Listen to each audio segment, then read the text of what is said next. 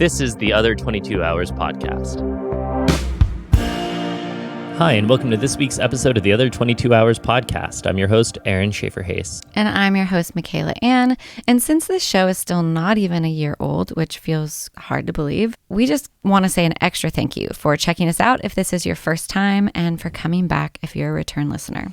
Yeah, we are very humbled that you guys choose to listen to this podcast repeatedly. We really enjoy having these conversations, and it just is so fulfilling to hear that it resonates with all of you as well. If there is an episode that really sticks out in your mind, maybe it's this one, or maybe it's one that you've heard recently, if you wouldn't mind just sharing that with somebody that you think might dig it as well. It could be on social media, it could be via text, whatever. Word of mouth is the best way for us to get in front of more listeners. And the fact of the matter is, the more listeners we have, the longer we can do this and the more ideas we can share with you guys. And we would love to do that. So if you could take a minute and pass along your favorite episode, we'd really appreciate that. Yeah, and we're not your typical music promo show. We're not promoting the latest single, the latest record. We like to talk to artists about the off times, and we want to focus on the behind the scenes tools and routines they found helpful in staying inspired, overcoming obstacles, remaining creative and sane while building a career around art. Which is an incredibly insane thing to do, because as anybody that has tried to do that knows, there's so much that is outside of our control. And so we'd like to focus on what is within our control, our creativity, our mindsets, all of that. And we approach our guests with the general question of, what do you do to create sustainability in your life and your practice so that you can sustain your creativity? And we have an amazing conversation to share with you today with songwriter, writer, producer Joe Henry, who has been a big influence on me for a lot of years, a couple decades at this point. And I think I kept my cool, but I was very psyched about the whole thing. Tell him. I remember we were 22 years old and we went and saw him play at the Blue Note. I was working at None Such Records and was right out of college and was like, my boyfriend and I are really big fans of Joe Henry. And David was like, the president of None Such Records, then vice president, was like, I'll take you guys to the Blue Note to see him. Yeah. My friend Taylor Martin, who's a great songwriter in Asheville, North Carolina, gave me Joe's record Scar when I was 19. It was a burned copy, and I essentially wore it out and was just floored the first time I heard it. And I went on to buy most of the rest of his records on iTunes. So you played it really cool. You didn't even mention that when you talked about that song. Well, I stole your record. It really influenced me, and then I bought all of them. So it's funny, when I turn on iTunes, I don't have an internet connection, so it just shows me the records I own. It's like a lot of Joe Henry records, and then a lot of records that Joe Henry has produced, like A Bright Mississippi by Alan Toussaint, which is one of our favorite records. He's produced records for Solomon Burke. He's produced records for Bonnie Raitt, Aimee Mann, Difranco, Rodney Crowell. Let's see, this is a long list that we wrote down so we wouldn't forget. Elvis Costello, Teddy Thompson, John Doe, who was our guest last week, Shelley Wright, Aoife O'Donovan, Carolina Chocolate Drops, Birds of Chicago. The list is long. Yeah, and it was really refreshing to hear that there is really no delineation for Joe between being a producer and being a songwriter. It's still shepherding the recordings into existence, which is a really beautiful thing. We've had producer artists on here before, but as I've recounted Joe, I don't think we've had somebody that really does the two on such an equal level.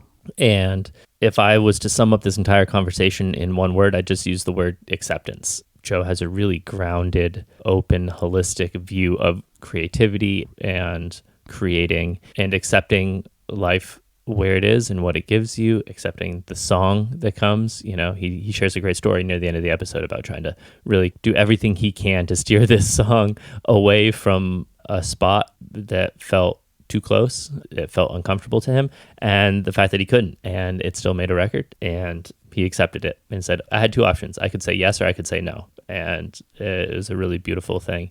A lot of talk about staying in the stream of creativity and not getting in the way of that, which is a beautiful analogy. Yeah, there was so much wisdom. There are so many times these conversations, I don't want them to end. And this is one of those that I wish we could just talk about life and probably not even talk about records, and we would glean so much wisdom from Joe. So we're so appreciative he gave us his time. And without further ado, here is our conversation with Joe Henry. Did I see that you live in Maine now? I do. My wife and I moved here during the pandemic. We'd been scheming it for years and would have gone much better for us had we been able to do it years earlier. But COVID made the whole Portland area of Maine look wildly attractive to so many people in New York and in Boston and places like that, where people thought during the lockdown, maybe it's not such a good idea to live on top of 30 million other people. Maybe we'll go to this beautiful little folksy progressive town. Yeah. Are you in Portland proper? No, we thought we would be when we first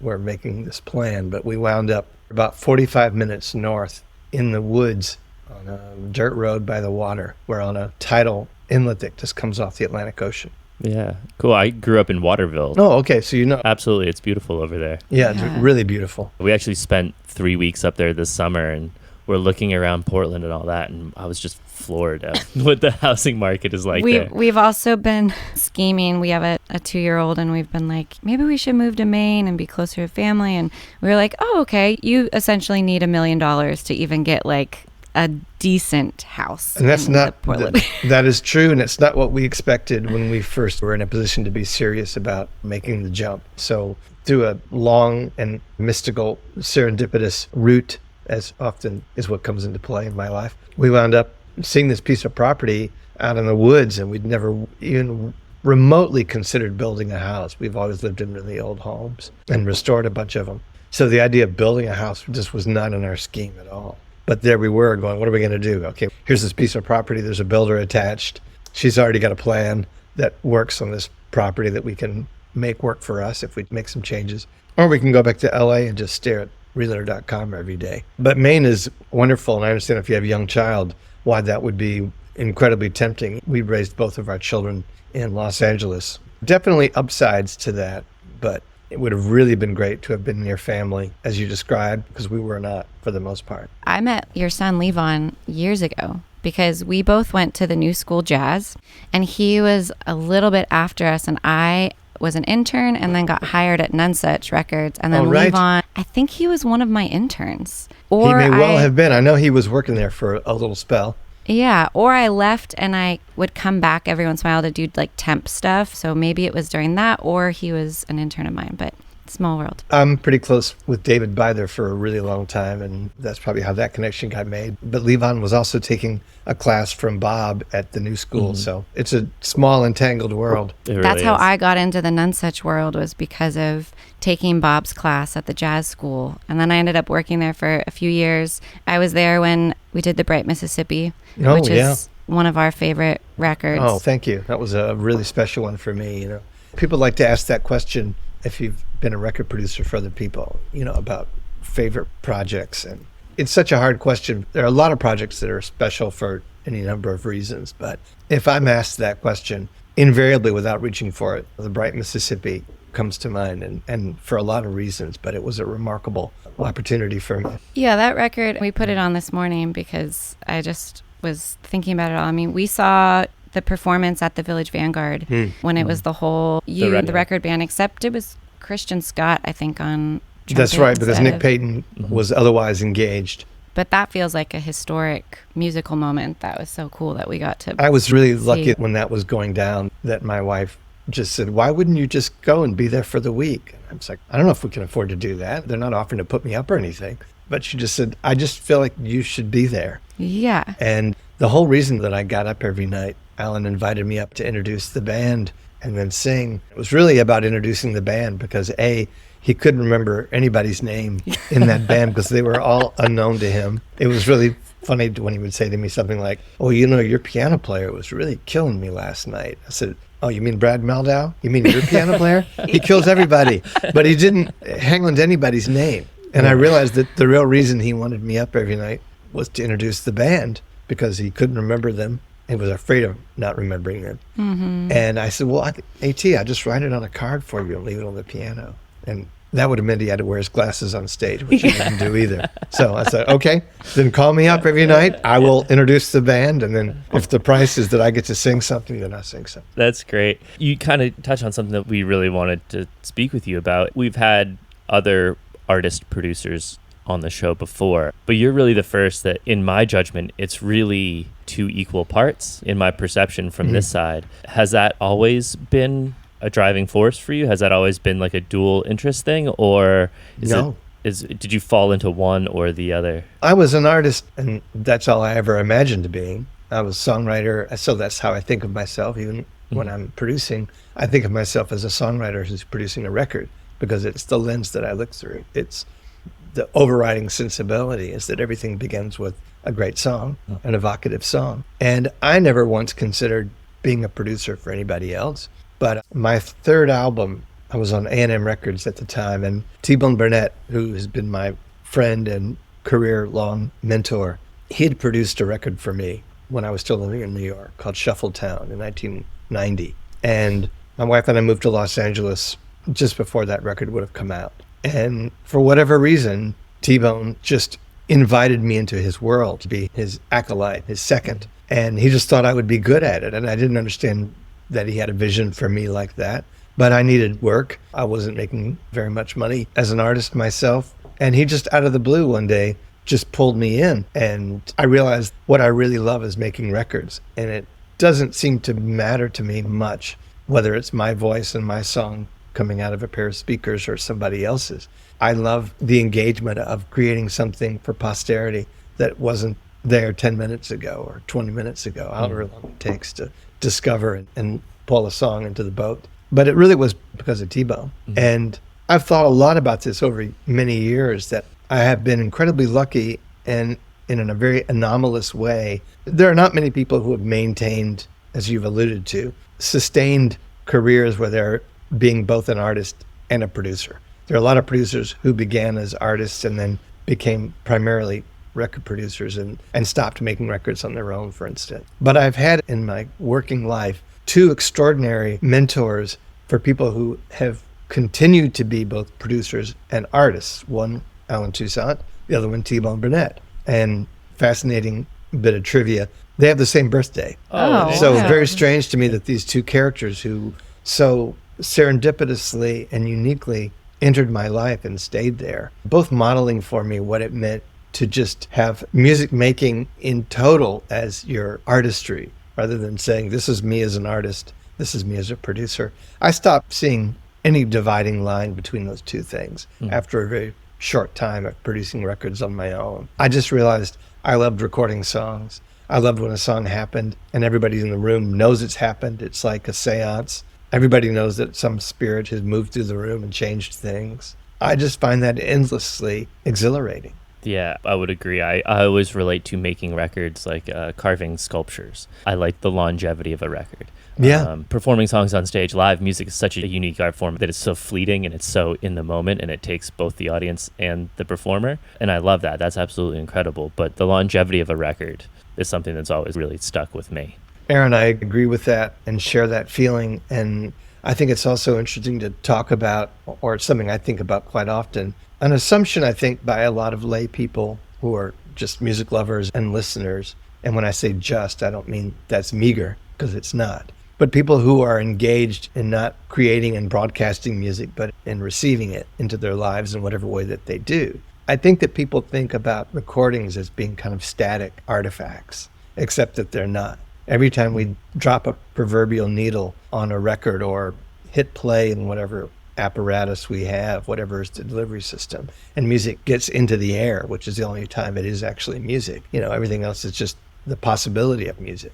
But as soon as it's in the air, it becomes a living thing. It impacts, changes the color of your day, changes the course of my blood circulating in my body. So if I right now were to put on Louis Armstrong from 1928 doing 12th Street Rag or something, then he's in the room. He's been conjured into the room. It's changed things for me. He might linger in my mind all day. He's influenced the way that I'm walking around on this earth in real time. So it's a mystical engagement. And when I've taught songwriting, for instance, I'm always half blushing through the whole thing, because I have to tell people, number one, I live for this and I have no idea how it happens. I really don't. I can talk a long time and do about refinement, the mechanics of refining something that's in process. I understand that very well. But I can't talk about the initial spark that drives everything without talking about it in fairly mystical terms, because to me, it's a mystical engagement. I don't think of songwriting as something I'm doing. I think of songwriting as something that's happening to me. I'm just aware on certain days, oh, this is happening to me now. Yeah. Like some people with vertigo, I go, oh, yeah, it's happening right now. Yeah. That's what it's like for me when a song sort of is offering itself to be written, is that I know that something is happening to me if I care to pay attention to it. That's so well said. I really like that. I want to know a little bit more about, you said, this process of refining. That becomes a little bit more tangible, a little bit more intentional when you get down to the refining process. How do you keep the kind of mysticism about the song? How do you not get in the way of what is coming? It's taken me a long time to develop the habit of it, but I always go back to the quote from the great so-called avant-garde composer John Cage, of who I'm a great admirer and have been my whole adult life. And Cage said, be careful not to confuse the creative process with the analytical process. They both have their place, but they're not the same engagement. Mm-hmm. And when you're in the creative process, you're just sort of spooling off raw fabric in a way. That's how I think of it. But as soon as I catch myself wondering in my conscious mind, do I like it? Will anybody else like it? Will my wife like it? Will my manager, anybody who would suggest that they like what I do generally, will this be moving to them? Then I'm not in the stream anymore. I'm not being swept away by the river of the creative process. I'm up on the bank looking down at it, having ideas on its behalf, but I'm not being swept away any longer. I'm now trying to drive what's happening rather than allow myself just to be seduced, which is really what I want when I'm writing it. And then I've learned to not ask questions, but just be a dutiful, it's like being a courtroom stenographer. You're just taking it down as best you can, knowing that what you're doing is just trying to gather enough raw fabric that later you can come back, and tailor that fabric into a pair of slacks you can wear around very easily. Mm-hmm. But that's a really different part of the process when you come back and you start fine-tuning and your taste starts to enter into things. Because I also write poetry and have since I was in my mid-teens. I'll come across a word and understand that this is a poem, that's the right word. If this is a song, it's the wrong word because that's not a musical word. There's certain words I just understand will not come off my tongue in a musical way. They're clunky. They just don't have any romance in their physical sound. So I think a lot about the physical sound of language. I'm not a songwriter who thinks much about self-expression. I'm really thinking about discovery. And part of my thinking is that I'm not trying to use the language of music to say what I mean. I'm trying to listen to the musicality of language to hear what it means. I'm not trying to get it to speak for me. Mm-hmm. I'm trying to speak for it or let it speak through me. So I'm not trying to write about something that happened to me. I don't mind my diary for something to write a song about. It doesn't mean that aspects of my real life don't surface in some way, and I'll recognize that sort of after the fact. But it's not anything I'm ever thinking about when I'm actually writing a song. I'm just trying to be a dutiful servant to it, a good custodian. Has that evolved for you over time, or has that kind of just been your innate approach to music? Because I feel like, of course, everyone has their different relationship to songwriting. Maybe they are making sense of their life by expressing what they're trying to, make sense of their experiences or whatever. But I think also you can see how, and as a songwriter myself, of just different eras of my life, different phases, it served a different purpose for me in my personal life, regardless of my career aspect. And I'm just curious, like when you were younger, was that kind of your entry point approach to songwriting, your drive, or has that evolved? It's the way that I've always worked, Michaela. What's changed is my awareness of it. I instinctively walked from the very beginning the way that I think I walk now, though I think I walk better. But the fact that in my very young life as a listener, I was so quickly taken by narrative songwriting.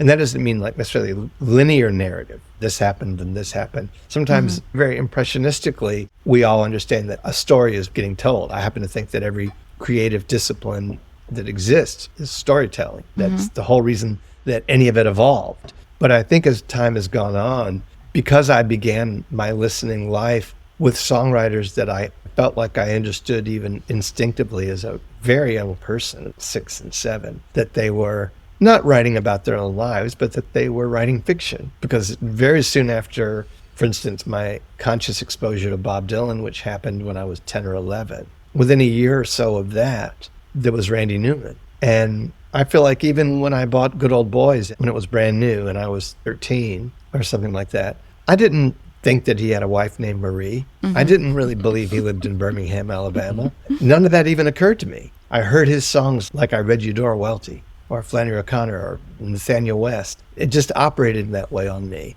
And I felt a freedom. I felt invited into the story beyond my own because as a very young songwriter, I didn't think I had enough experience in my life to merit, I need to write this so that everybody can experience my truth. It just didn't occur to me. I found that writing about what I could see, not what I necessarily experienced, was in itself an experience. I'm curious, the way that you described songwriting and then before that, the way that you described just records and the mystical miracle of capturing music and being able to listen to it 50, 70 years later. I was getting like chills thinking about it and having one of those feelings of, yeah, this is insane.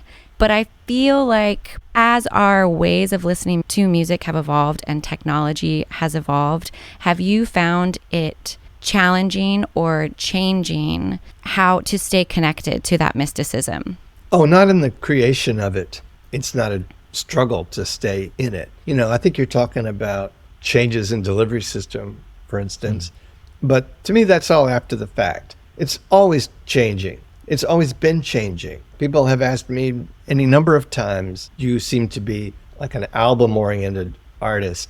What's that like for you in a period of our evolution where there's iTunes and Shuffle and Spotify? And my response is, that doesn't mean anything to me at all. Even when all I had was a vinyl record, I put the needle wherever I damn well wanted to put the needle. And I'd play the same song for entire days. I really would listen to, and still do. If there's a song that gets really under my skin and nothing else is supporting that environment and I want to stay in it, I'll leave a song playing all day long. I just can't get out of it. But it doesn't matter to me what the delivery system is. You can't control how anybody consumes the work once you put it out into the world. I mean, I have my taste, my concepts about how one delivery system sounds versus another, the ways in which the so-called limitations of the ways that we work are not necessarily limitations if you don't want to see them that way. They're just different colors on your palette.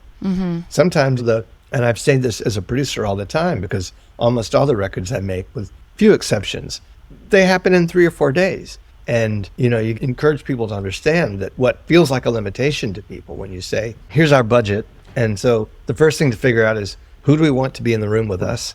What room do we want to be in? What does that leave us? Oh, it means we have to make this record in 2 days. Then that's what we do. We make a record in 2 days. And that can really brush people back. That limitation feels onerous and it'll never get done. But sometimes those limitations are the very thing that just insist that you are fully committed, making decisions in real time, not wasting time. It means that in every moment of a session, if it's only a couple of days or 3 days, that you got to be going for blood all the time. And some of us really thrive on that immediacy, because that's what I want to feel when a playback happens. For instance, I don't believe in pre-production, so-called. The one time I was pushed into it, it was the perfect example of why I would never do it, because the song found its moment of discovery in a rehearsal space. And then 2 days later in the session, everybody's looking over their shoulder saying, hey, what was that thing you were doing on Monday? And the drummer's like, well, I was doing this. I don't think that's what you were doing. Oh, I'm sure it is. I recorded on my phone. Oh, it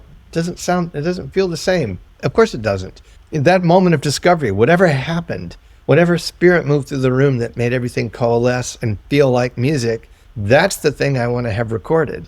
It's not about discovering it early and then now we show up and just do it in front of better microphones, read it into the public record. That's nostalgia already. That's reporting on something that already happened. I want to record the moment of it happening, the moment where the song, however it might, stands up and identifies itself. So say you are in a situation where there are 2 days to make this record.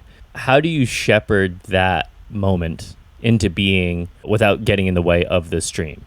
One of the ways I do it is that a big part of my job as a producer is to be a good casting director. Who do I bring into the room?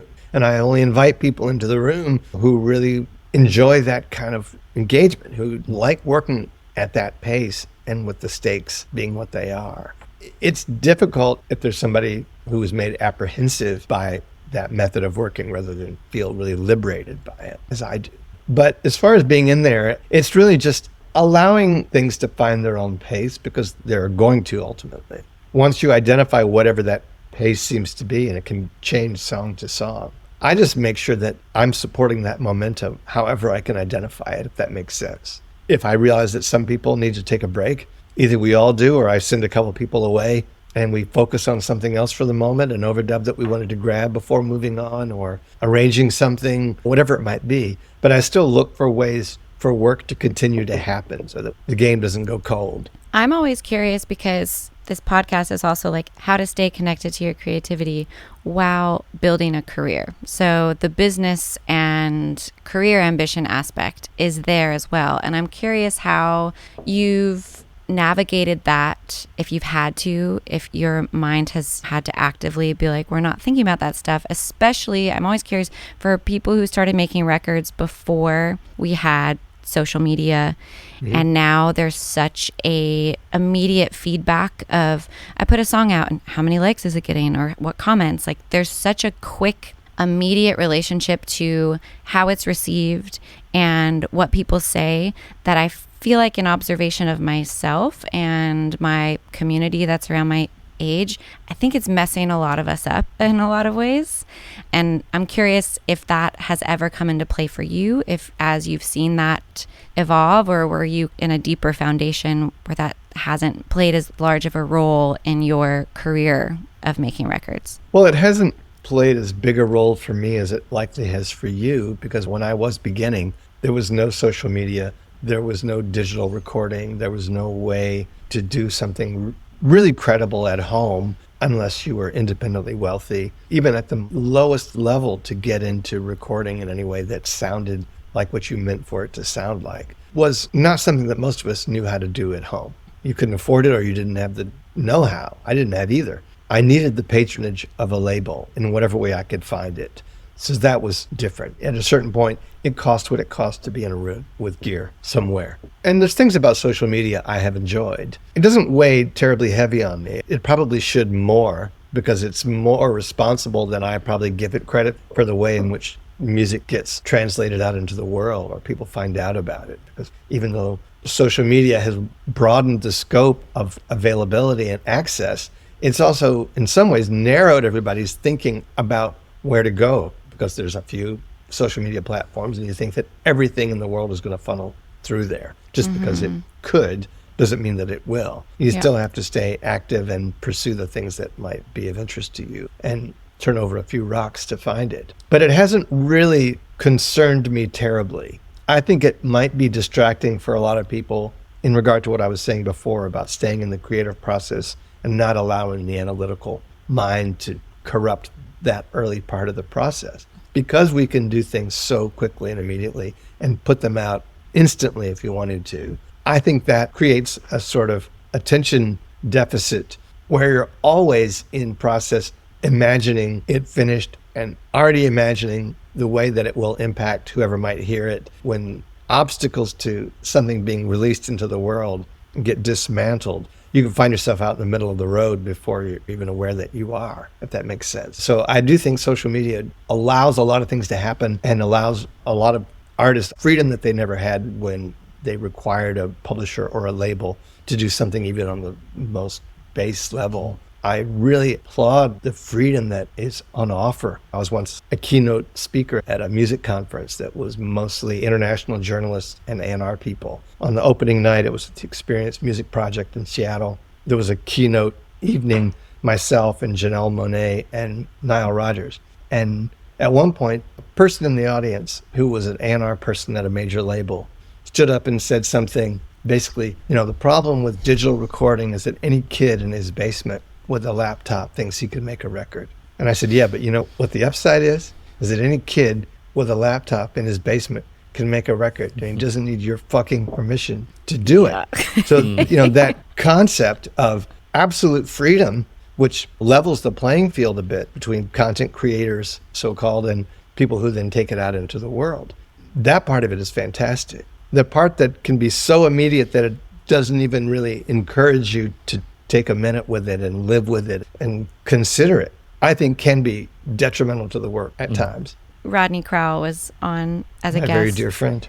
He's so wonderful. We love him. But he was talking about like what the delay was in gratification or even in disappointment when you'd put a record out, that it would be months before you would go on tour, like really start to feel the impact. And I feel like now it's like album release day, the record comes out at midnight, and by like 9 a.m. it's like, how many reshares are you getting? I'm like, who has time to even listen at that point? And I think additionally, the problem you're describing too is how quickly people have evaluated what they determine is the success or the lack of success of any project. Yes. By 9 the next morning, you can already decide that the record has already had whatever life it's going to have, and it's over because you didn't get enough shares between midnight and when it released and 9 in the morning when people are paying attention. Yeah. I think anything like that inclines us to quickly devalue something because it didn't perform instantly is not conducive to the work.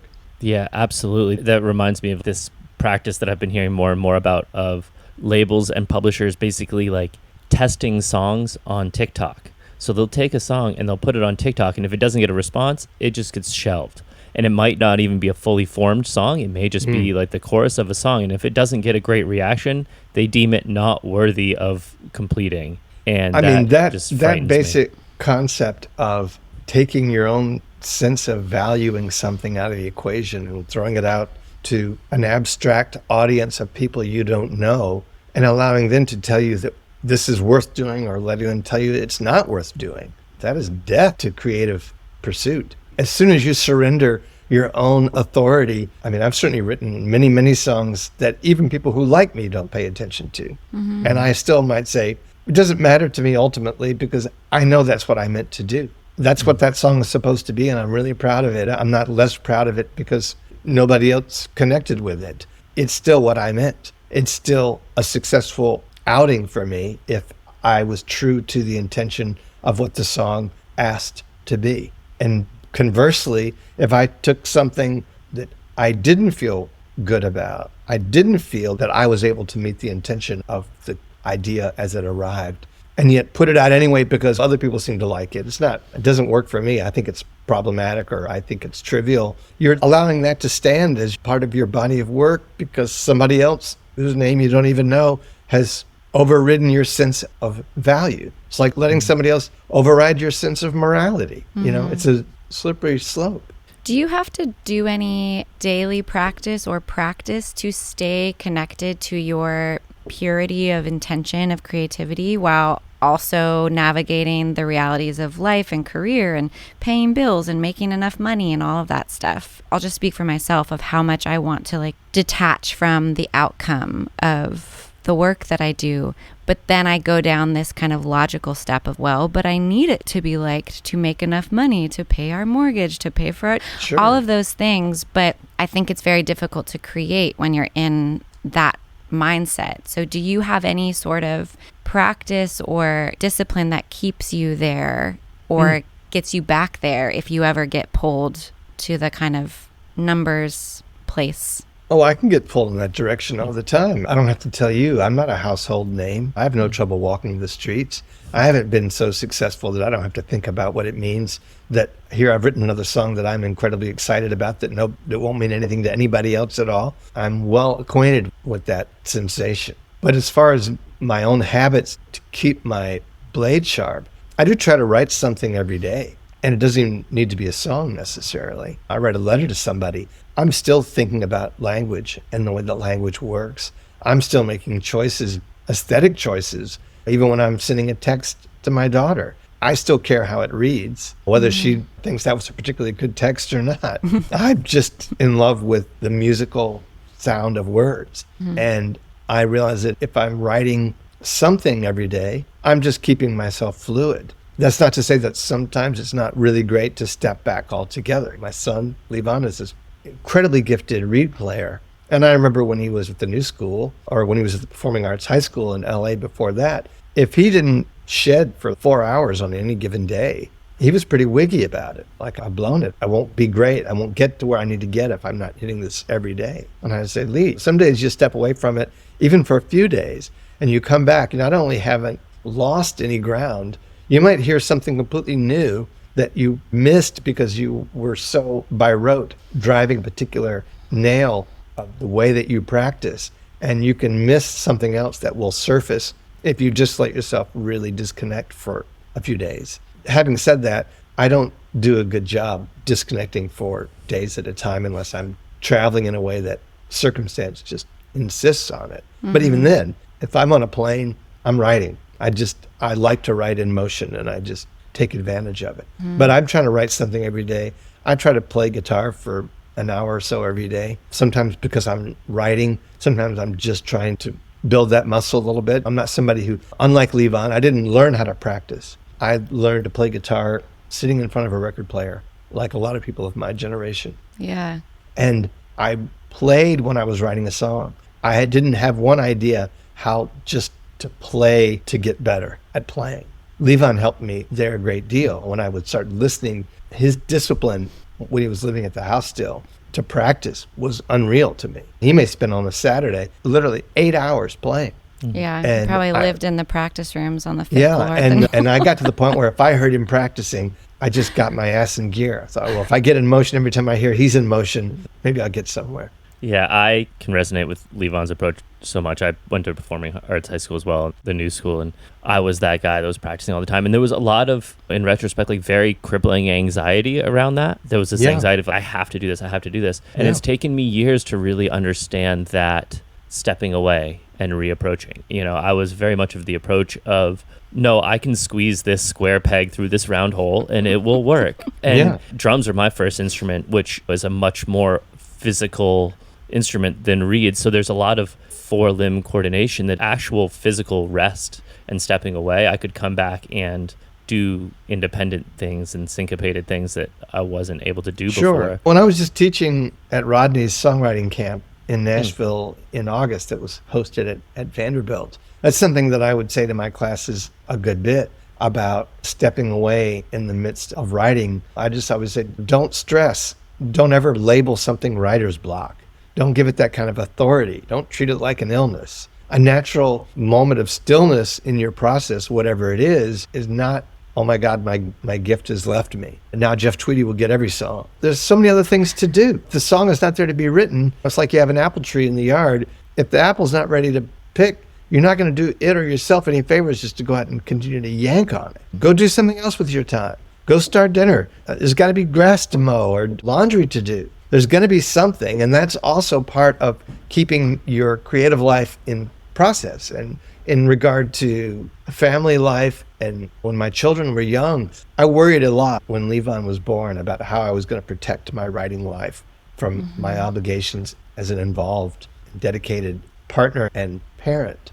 And I very quickly realized that I was not going to be able to protect time. We don't have nannies. There's no way to just check out for the day. But I also realized that I wasn't getting any less work done. I was just using my time in really different ways. And I have a record called Fuse. I wrote and recorded almost that entire record being our infant daughter's primary caregiver throughout the day. I had a studio in the garage, and I only could work when she was napping. And I had one of those old Play School baby monitors in my studio. And as soon as she went down for a nap, I bolted out into the garage and could work. Sometimes it was 45 minutes. Sometimes it was 2.5 hours. I never knew.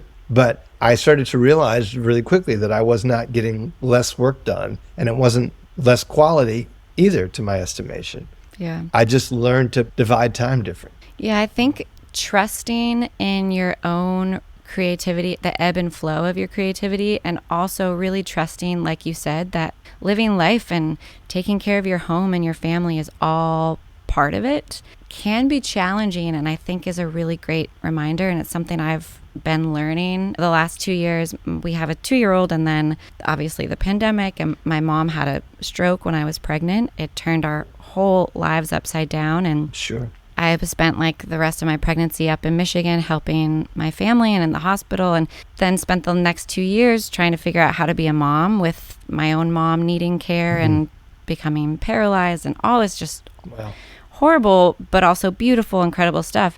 And throughout, I could not write anything. So then I had this other layer of grief of, oh, maybe that's done. Maybe I'm just not going to be a songwriter anymore. And the last few months, it's like the dam broke and I'm writing all the time, and it feels so incredible to feel that flow again.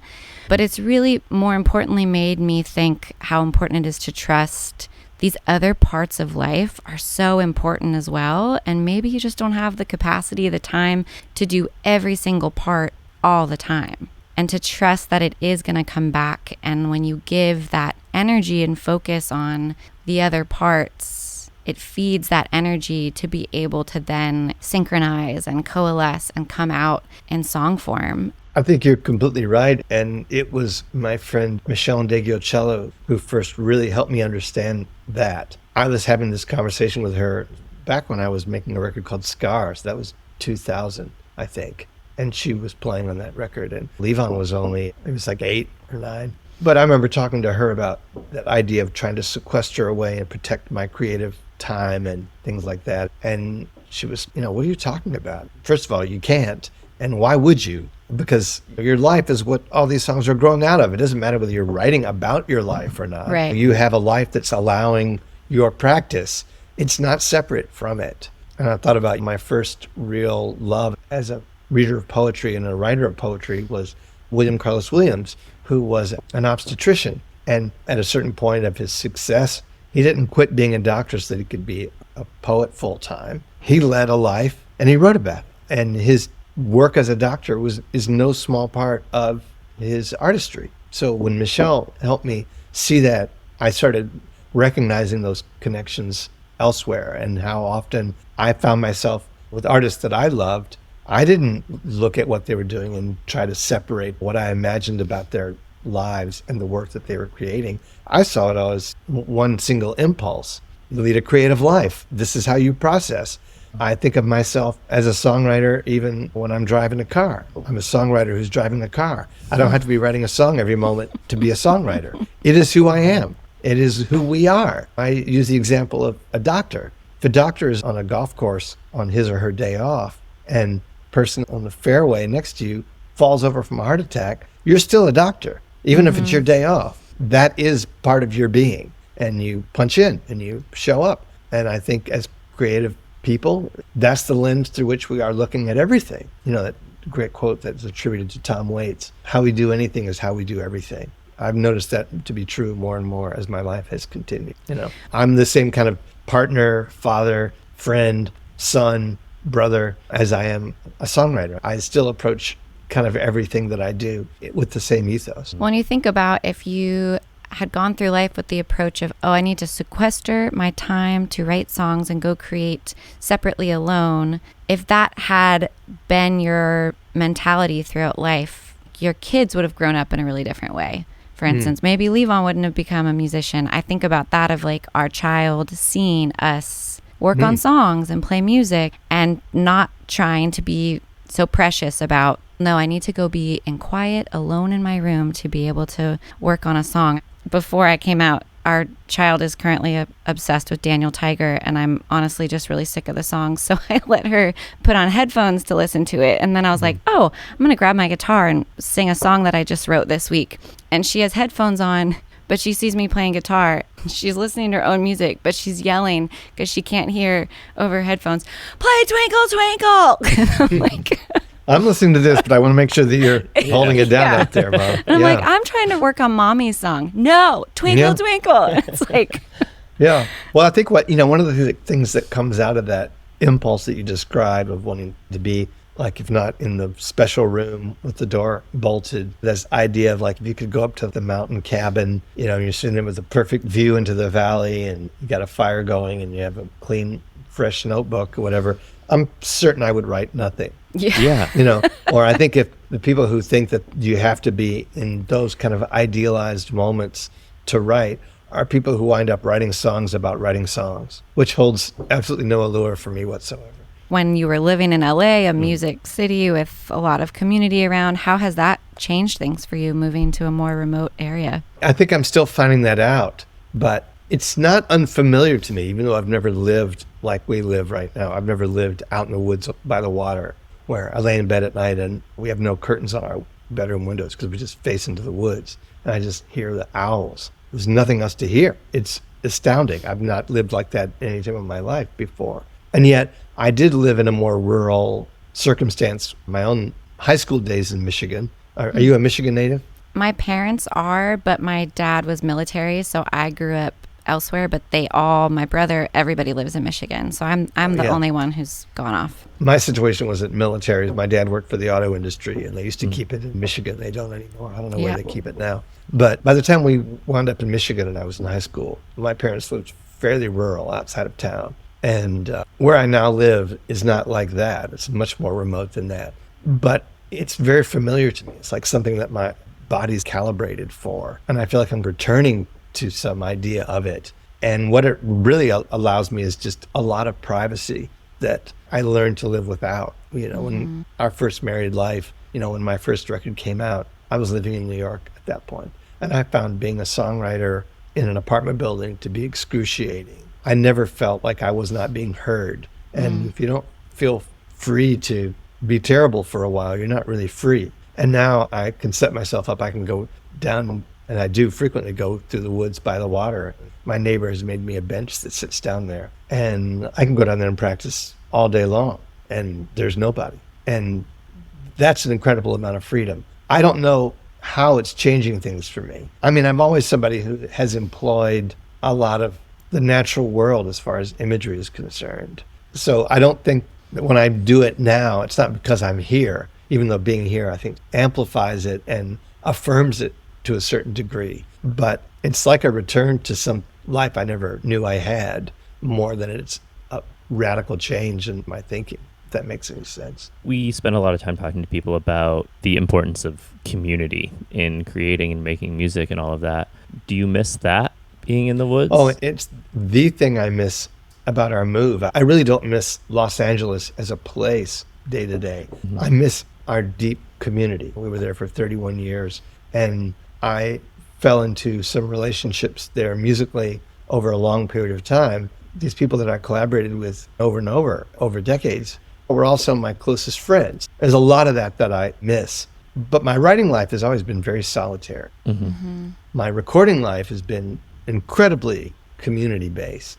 And so in that way, I've really enjoyed the balance of the two things. My wife is a textile artist. She's so much happier working in collaboration with people. And because it's not an engagement that she's been involved in with her whole life, it's of the last decade, really. She doesn't have the same kind of habits that allow her, for instance, to just know how to start a project if there's not something compelling her. Like somebody's had a baby and she wants to make them a quilt. She knows how to respond to that moment and be in motion. But when there's not a quilt to be made for somebody who's had a baby or just gotten married or something like that, she doesn't always know how to just find the open door, just to begin anything.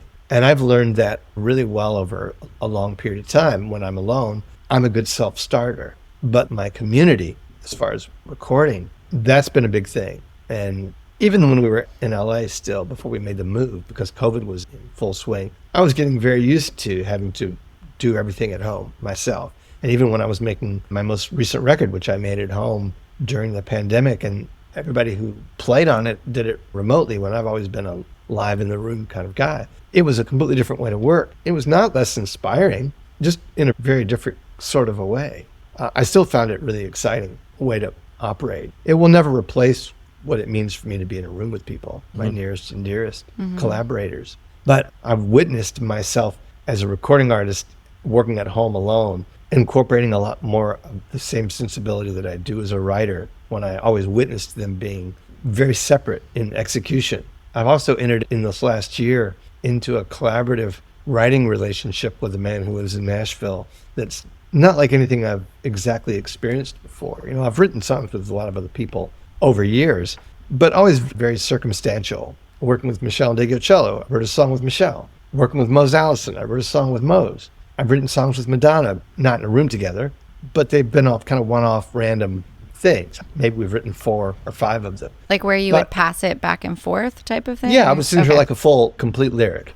Gotcha. But when I was teaching at Rodney's camp in Nashville last August, not this past August, but a year ago, 2022, I met a man who's in his mid-70s named Mike Reed. Do you guys know who Mike Reed is? We do not. Well, know. For one thing, he's a fascinating man. He's in his mid-70s, and in the 1970s, He was a defensive tackle for the Cincinnati Bengals.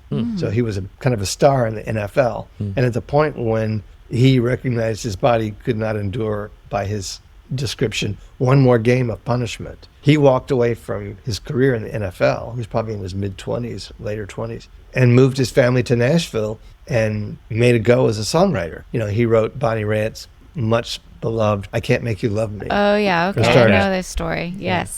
But I met him really quickly at Rodney's camp. We were both teaching last August. And we just happened to, on day one, find ourselves walking across the campus together to the dining hall. And he starts asking me about what poets I read. He's heard enough of my songs to know that I probably read poetry. And we got into this remarkable conversation about poets we loved. Months went by after that.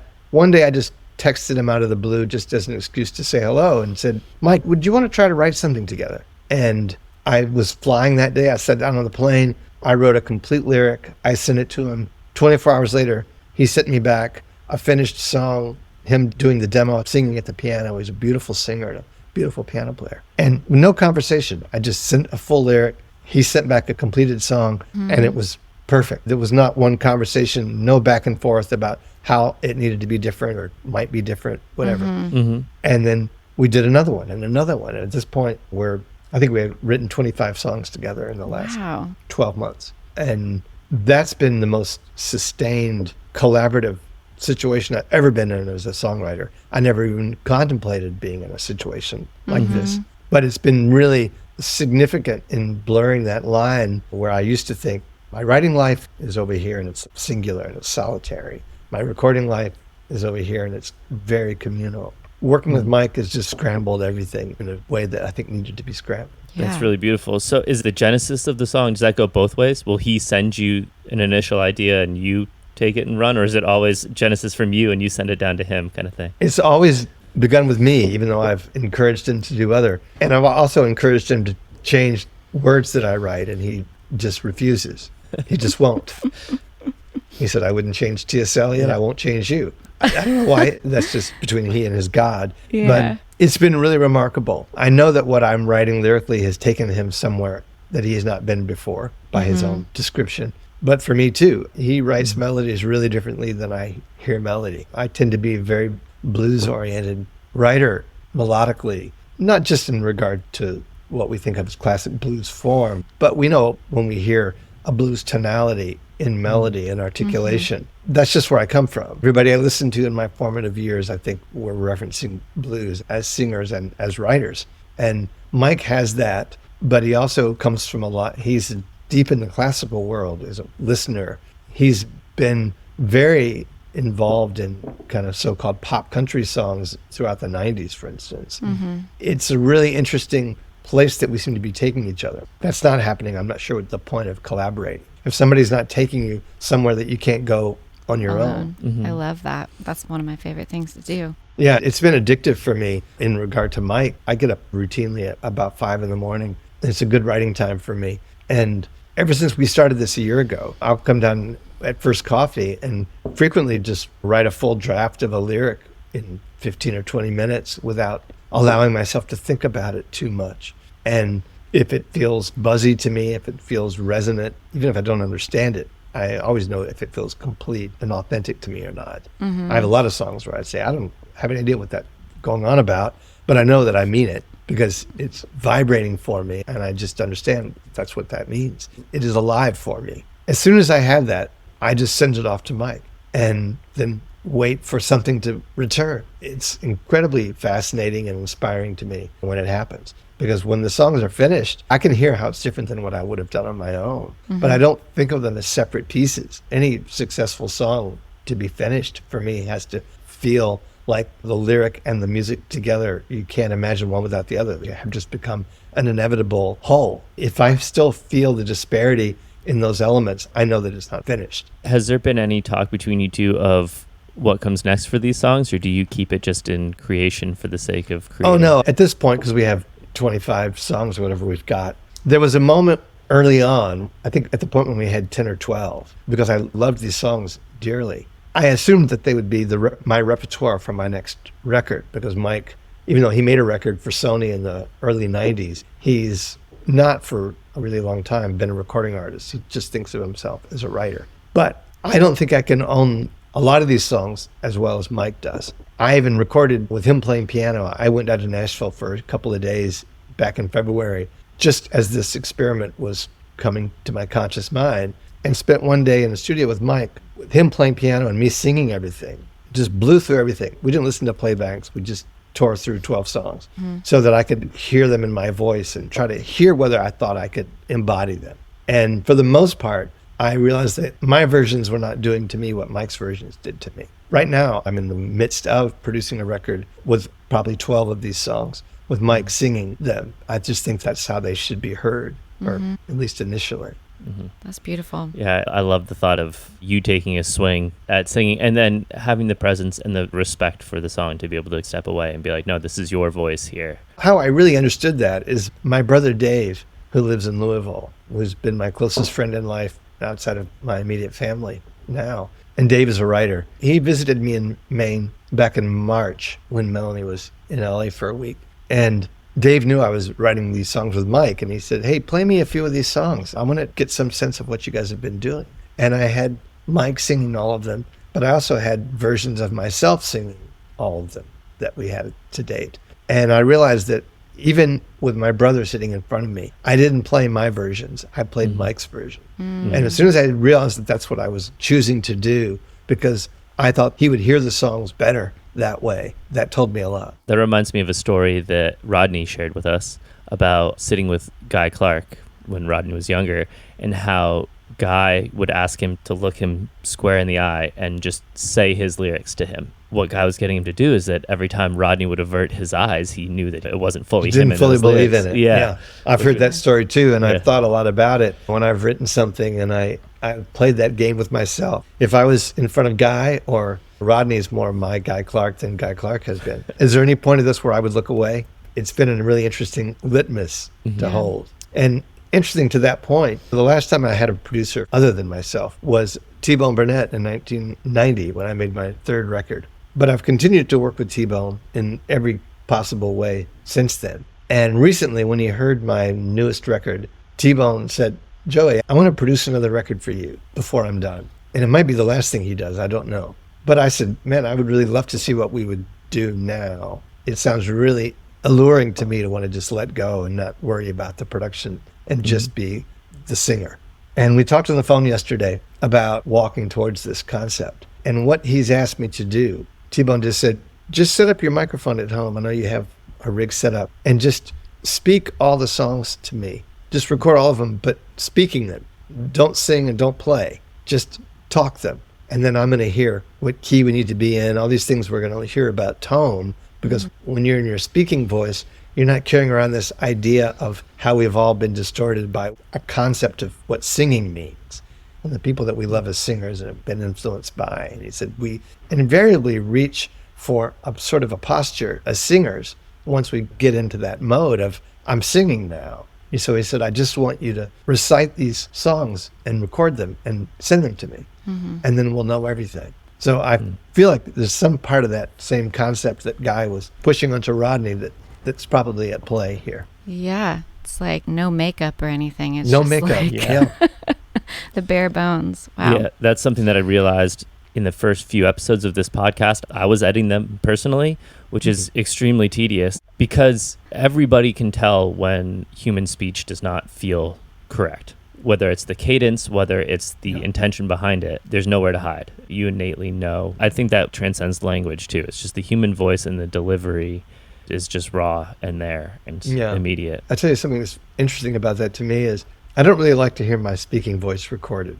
I don't do well with that. Though I've learned to like my singing voice fine. I know what it does. And I've learned how to employ it for the most part in ways that work for me. But there's a song of mine, and I'll say I'm not an autobiographical songwriter, but I wrote a song years ago called Scar. It's on the album of that same title. And when I was writing that song, I could remember it vividly, that I understood that I was writing about my own marriage. And I became really uncomfortable with it because that's not what I do. I don't write about my own life overtly. But the song wouldn't allow me to manipulate it. I tried to make it more just kind of universal, more generic. I did everything I could to steer it away from being so pointedly personal. And at a certain point, I realized I couldn't do it. I had two choices. I could say yes, thank you, or no, thank you. But the song was not going to be other than what it was presenting itself to be. If I wanted it, that's how I had to accept it. And I accepted it. And I think it's a really good song for the most part. But when I performed it, it's the one song that when I sing it on stage, I hear my speaking voice in my singing voice. And the first time it happened to me, it so threw me that I didn't remember the next verse. I just was so brushed back by hearing my speaking voice in my singing voice. And I have to believe it's because I was aware that the song pertained to my actual life in some way that my songs don't typically, that I wasn't in character. I wasn't Joe Henry, the character. I was myself in lowercase. It was like revealing and vulnerable. Completely. Wow. And it was really startling to me. I didn't know that I could hear my speaking voice in my singing voice. I like that you said I could accept it. And that's been like such a theme of this conversation that I've really taken away from this. Just accepting and welcoming the song, the creativity, the life. Yeah, the music in the room. Again, how we do anything is how we do everything. I think life, and certainly I'm a fair amount older than you both, but as it goes on, life asks more and more frequently for acceptance. I think when we're much younger, we think that everything's about our will. We're gonna steer everything where we want it to go because if we have the will to do it. And then you go, you live on for a bit and you start to find out that no, in fact, there's very little things that I am driving. And how much about life is about surrender. And I don't use the word surrender to mean resignation. I mean surrender in terms of radical acceptance. Yeah. Yes. Take the ride. Which is supercharged. It's not resigned. It's not like lay it all down. That kind of acceptance I'm talking about, that kind of just really embracing of what's on offer is incredibly empowering. But I'm not sure that I knew that as a terribly young person. Wow. Yeah. That feels like something I want to spend the next hour talking about with you. So hopefully someday we'll meet you again. Sure, happy to. But before we say goodbye, it's more of like a sharing with you and a thank you rather than a question. But years ago when Glenn Frey passed away, you posted on your Facebook page a story of opening for him. And I can't remember the context of opening. I just remember some like remnants of a challenging career commerce time and that being on tour with him felt exciting, but then you were playing these theaters where only like a couple hundred people were there or something. And observing that sting of this is Glenn Frey from the Eagles and selling out arenas, and now when he's on his own, he only can get a few hundred people. And you wrote in this really beautiful way of almost like feeling this embarrassment or concern, and that he walked past you and patted you on the back and said, "We play for who comes," and had a big smile on his face. Yeah. And I read it that one time. When did he pass away? In 2016, I think, or something like that. Anyways, it's stuck with me so much because I've thought so many things of, did he feel that sting? Was he putting on a happy face for you? Is that how he genuinely felt? But it's still the mantra of we play for who comes has stuck with me for however many years it's been since I read that post. So thank you for sharing that. Ray. Thanks for acknowledging it. I also don't know if he actually felt that instinctively or it was some posture he was assuming. And it almost, at this point, doesn't matter to me because there are plenty of things that I know authentically I believe, even if I can't feel it, even if I don't want to do it, even if I don't know if I'm going to do it well, I still believe in whatever this thing is. And sometimes it's just about assuming the position. Certainly true of my parenting life. There were certain things I did not feel qualified or ready for, up for, eager for, and yet the moment required me to be right there. And that still was me actually there. Even if inside I was protesting or fearful, feeling inadequate, whatever I might have been, I put myself in position anyway. And for my wife and children, I think that me being there in whatever way I was there,